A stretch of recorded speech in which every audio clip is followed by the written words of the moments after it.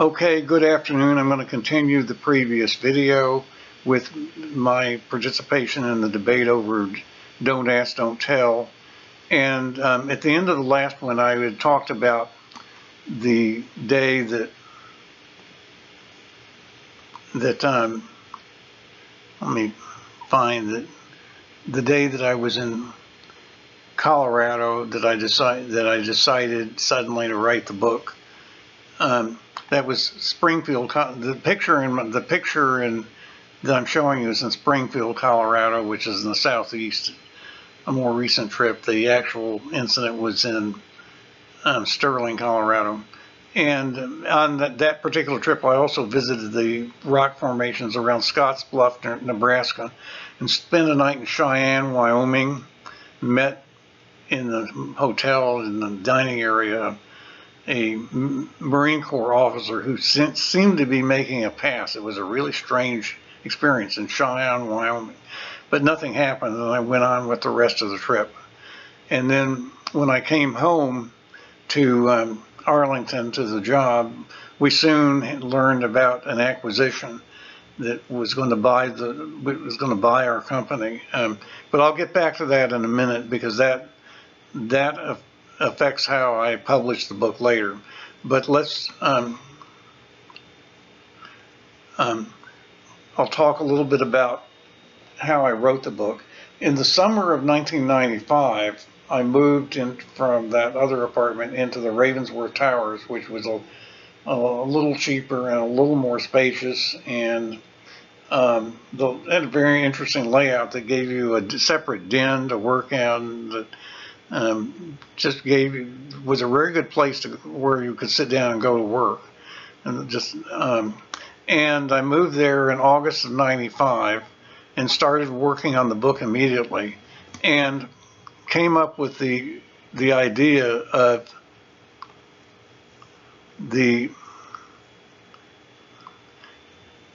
no, that's not actually what I mean. Here it is. Came up with the idea of first of all, that's the White House letter that was delivered to the White House in 1993. I'll just show that. I didn't show that in the last one. But here's the contents of the book. It was going to be chapters 1, 2, and then 4 that I'm presenting to you as episodes 1, 2, and 3 would be the narrative, and then there was going to be a bunch of short essays. That turned into 4 long essays about several topics, and I sent a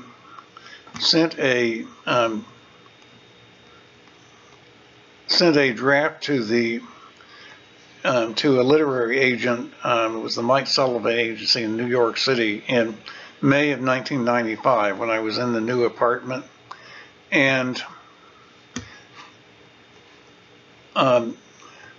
he only reviewed the first half, the narrative half. It was so long, but it was very helpful what he said, and I wound up restructuring the book and having 4 narrative chapters. Chapter 3 I'm not including in this series of episodes, but you can see what I covered. I covered my coming out, my life in New York, and travel, and then moving to Texas, and some of the personal things that are sort of outside this scope, this theme of confined spaces, living spaces we're talking about. But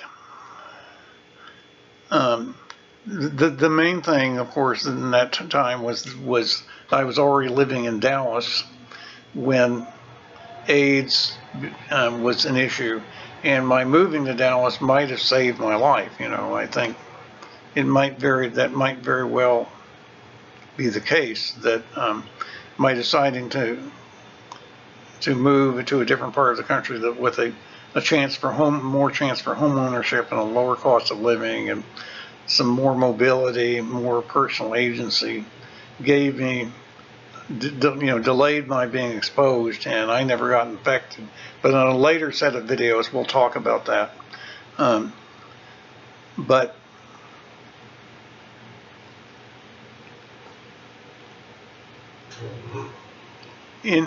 I wound up working with a copy editor who was very good, who helped with the proofreading of the book. Actually, two different ones, but one in particular. And eventually, I printed the book in 1997.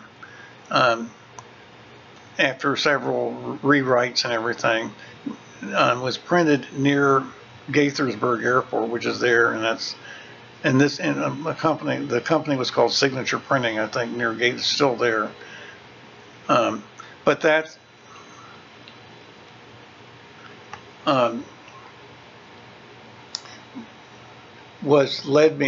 got me in a position where I could actually publish the book. But then the other interesting thing, of course, was what was going on at work.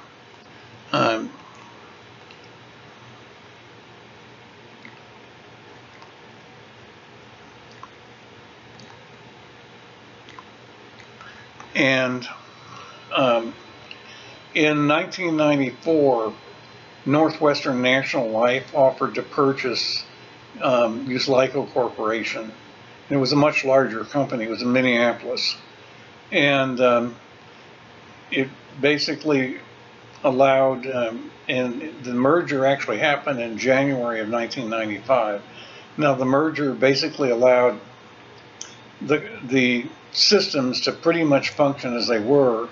They were going to be replicated eventually into a central system, but they would actually run on the main.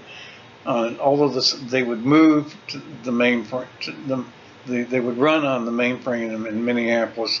The actual systems would still be maintained by the people who had been maintaining them in Arlington. So in the immediate future, it didn't threaten anybody's job. And I saw an opportunity that if I moved to Minneapolis, I would be able to work in an area where there was a separation from the military. I was very concerned about certain aspects of what the situation would be. First of all, I'd have reasons sometimes in supporting production to see their data. And also just the moral arguments I were going to make in the book even raised questions about me, When there was a company blood drive one time, I had to say I couldn't give, for example. And I was going to say very edgy things, and I didn't really want to be working directly for a sub-company that was dealing directly with the military and publish a book like this. I didn't think that was okay. And then later on, of course, it would be, we would about the same time the internet would become very important. Now we'd start publishing materials about the book and eventually make the books available on the internet. And so I thought this would create a real problem. And so I talked to them gradually starting in 95. I transferred to another area within the company in 1995 when another person was fired. And that actually led to some litigation because the person claimed it was because it was black. And some of the arguments in the case were sort of, we're sort of woke in what we're hearing today.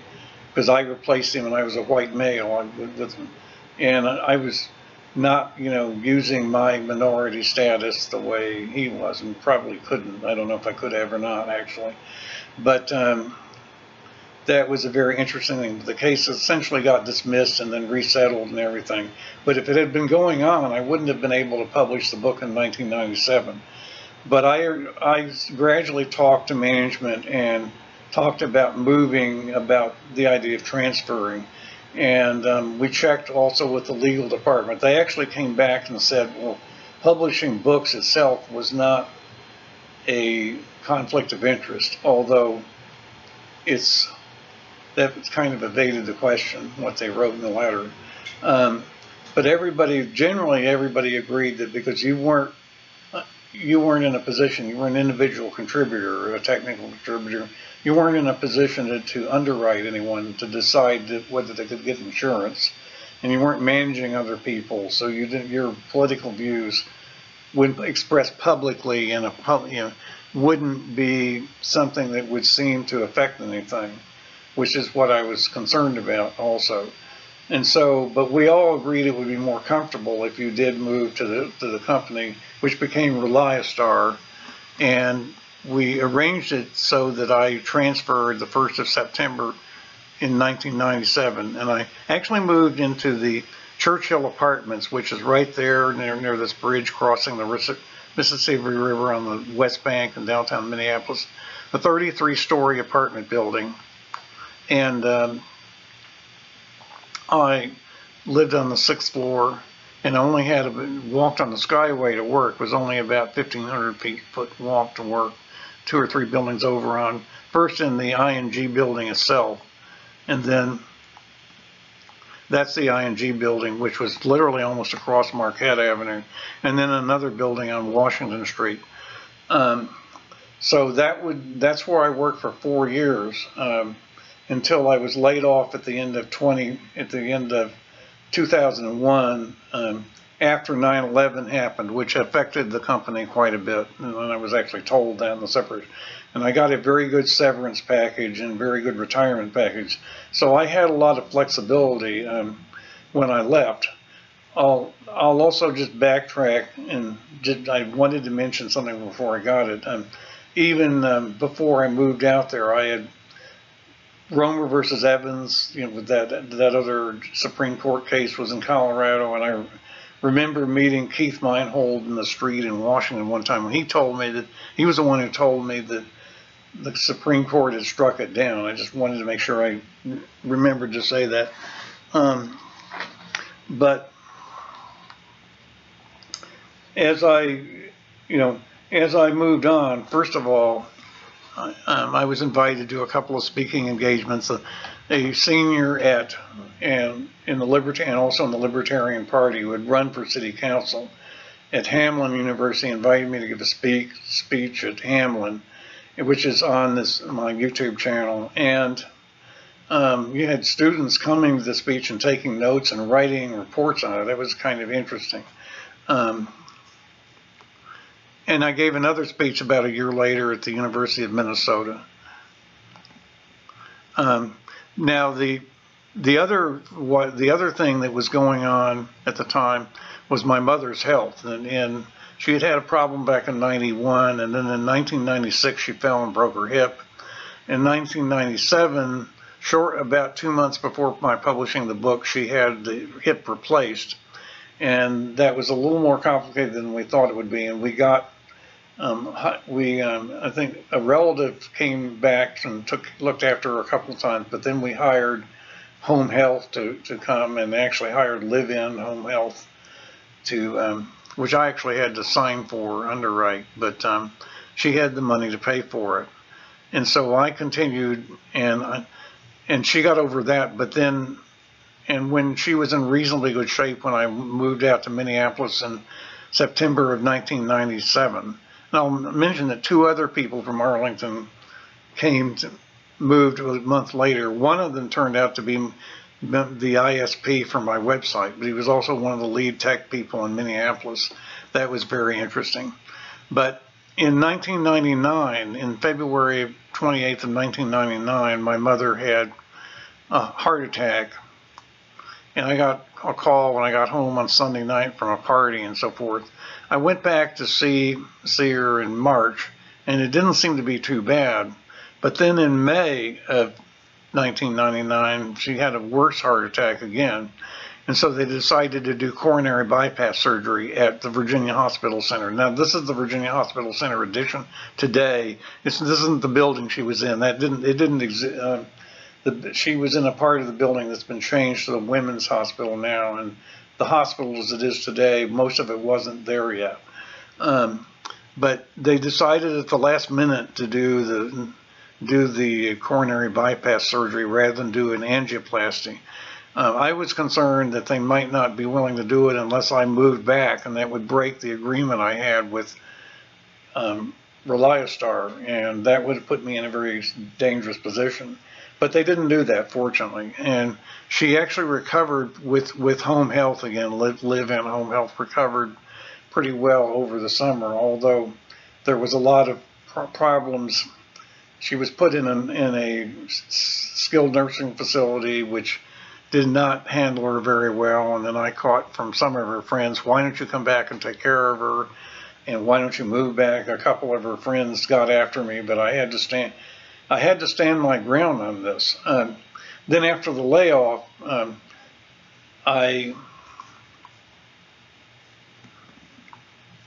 that's another speaking engagement with a Unitarian group. Oh, okay. After the layoff, first of all, I continued my online activity, and that wound up. I became a subplane of Electronic Frontier Foundation in San Francisco on a case for the Child Online Protection Act, which became the successor of the censorship portion of the Communications Decency Act. The COPA would go to the Supreme Court twice before finally being tried in 2006. And I actually went to Philadelphia, this building in Philadelphia, to watch it for a couple of days. And then it was overturned in 2007. The other part of the so-called Communications Decency Act was Section 230, which became very important in enabling internet speech as we know it today, including the kind that I gave in. Now, I lived with Mother. Went back in 2003 and lived with her until she passed away at the end of 2007, at the end of 2010. And she did very well for a while, but she started to decline around late 2007, 2008. And I substitute taught for a while, which is another story in itself that I can't get into right here. Basically, sometimes there was conflict between my writing, being in public, and jobs. That was potentially a problem. But I'll have to go into that in another video, and that's a topic in itself. One very interesting thing happened when substitute teaching that I'd have to go into. It's in my third book. But eventually, I was writing, basically getting attention by giving away material free. The books really weren't selling very well anymore, as self-published books don't often do. And I was basically I did get a lot of money when she passed away, although not all of it. A lot of it is in a trust for other institutional beneficiaries, so I can't spend I can only spend on a portion of it to do what I want, even though I manage the entire thing.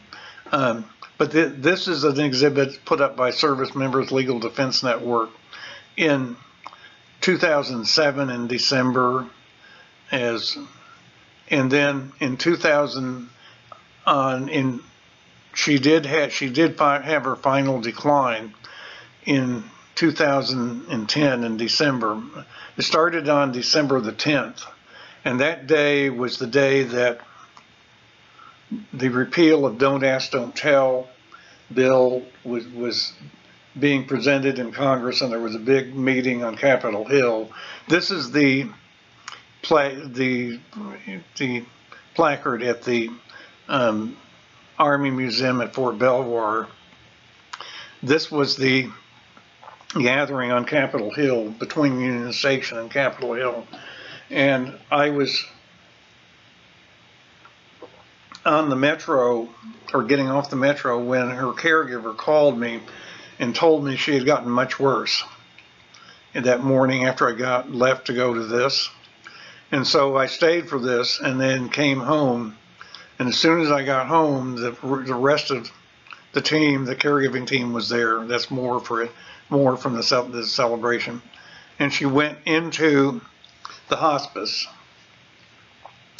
and that Friday night, and I told her about what I had been doing that day, about the repeal of the ban. And there was some music playing. It was Schumann's Second Symphony, and on the radio. It was an odd thing to be playing. And then, I kind of held her hand, and then she lost consciousness. She died on Tuesday the 14th, but the last thing she knew was that the ban had been lifted. So that's pretty much the presentation as of now.